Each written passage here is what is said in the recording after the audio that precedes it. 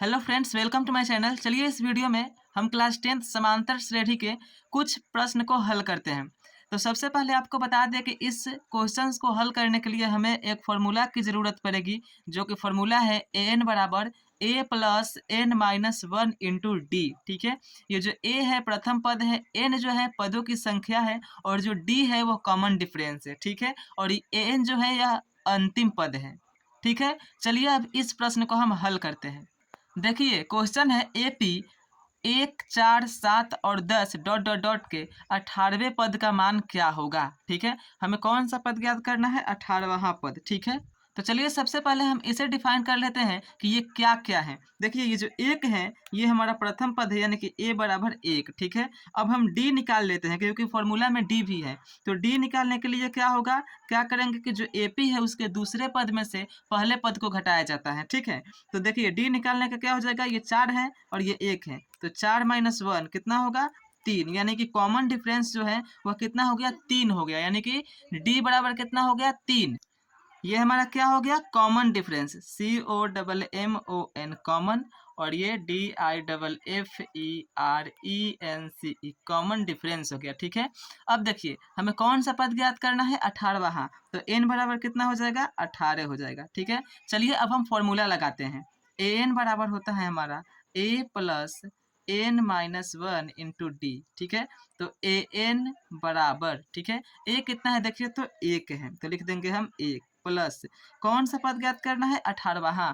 तो 1 plus 18 minus 1, और D कितना हमने निकाला है? कॉमन डिफरेंस 3, तो यहाँ पर लिख देंगे 3। ठीक है, अब देखिए ए एन बराबर ये एक उसी तरह रहेगा प्लस 18 में से 1 घटाएंगे तो कितना हो जाएगा हमारा? 17, और इंटू में क्या हो जाएगा? 3। ये जो इंटू है ना, इसका मतलब होता है गुना। अब देखिए ए एन बराबर क्या हो जाएगा? 1 प्लस 17 में 3 से गुना कर देंगे तो 17 तो यह कितना हो जाएगा? 51। ठीक है, अब इन दोनों को जोड़ देंगे तो कितना हो जाएगा? 52। ठीक है, इसलिए ए एन बराबर कितना हो गया? 52। ठीक है, यानी कि जो 18वां पद है, 18वें पद, ठीक है, कितना हो जाएगा हमारा? 52 हो जाएगा। अभी हम इसको चेक भी कर सकते हैं।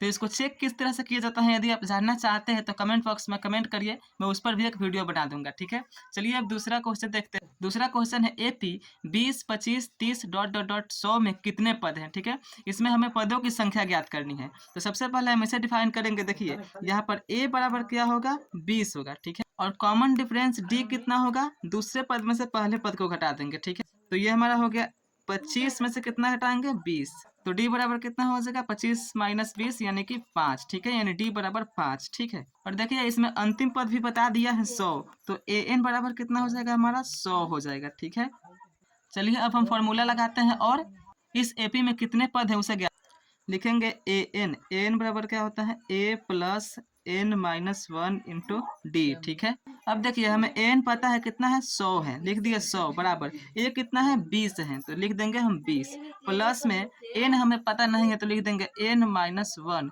और डी कितना है हमारा? 5 है, तो यहाँ पर 5। ठीक है, अब देखिए ये 100 है तो लिख देंगे 100 बराबर ये 20 उसी तरह से रहेगा एन माइनस वन इंटू 5, 5 में इनसे गुना करेंगे तो 5 में एन से गुना करेंगे तो 5n, फिर माइनस, फिर 5 में 1 से गुना करेंगे तो 5। ठीक है, अब देखिए ये 100 उसी तरह से रहेगा। ठीक है, देखिए 20 में से 5 घटा देंगे तो कितना हो जाएगा हमारा? 15, और प्लस में क्या हो जाएगा? 5n। अब देखिए समीकरण यहाँ से बनेगा, समीकरण आता है ना, समीकरण भी नहीं आता है यदि तो कमेंट बॉक्स में कमेंट करिए। तो देखिए 100 हो गया, जब बराबर के इधर आएगा ये 15 तो माइनस में हो जाएगा, minus 15 is equal to 5n। अब देखिए 100 में से 15 घटाएंगे तो कितना हो जाएगा हमारा? 85। ठीक है, और इज इक्वल टू 5n। अब n बराबर क्या हो जाएगा? 85, और बटा में क्या आ जाएगा? 5। इसे हम काट देंगे जब तो हमारा आंसर आ जाएगा 17। यानी कि इस एपी में 20, 25, 30 डॉट डॉट 100 में कितने पद हैं? तो n बराबर 17, यानी कि 17, टोटल 17 पद है। ठीक है।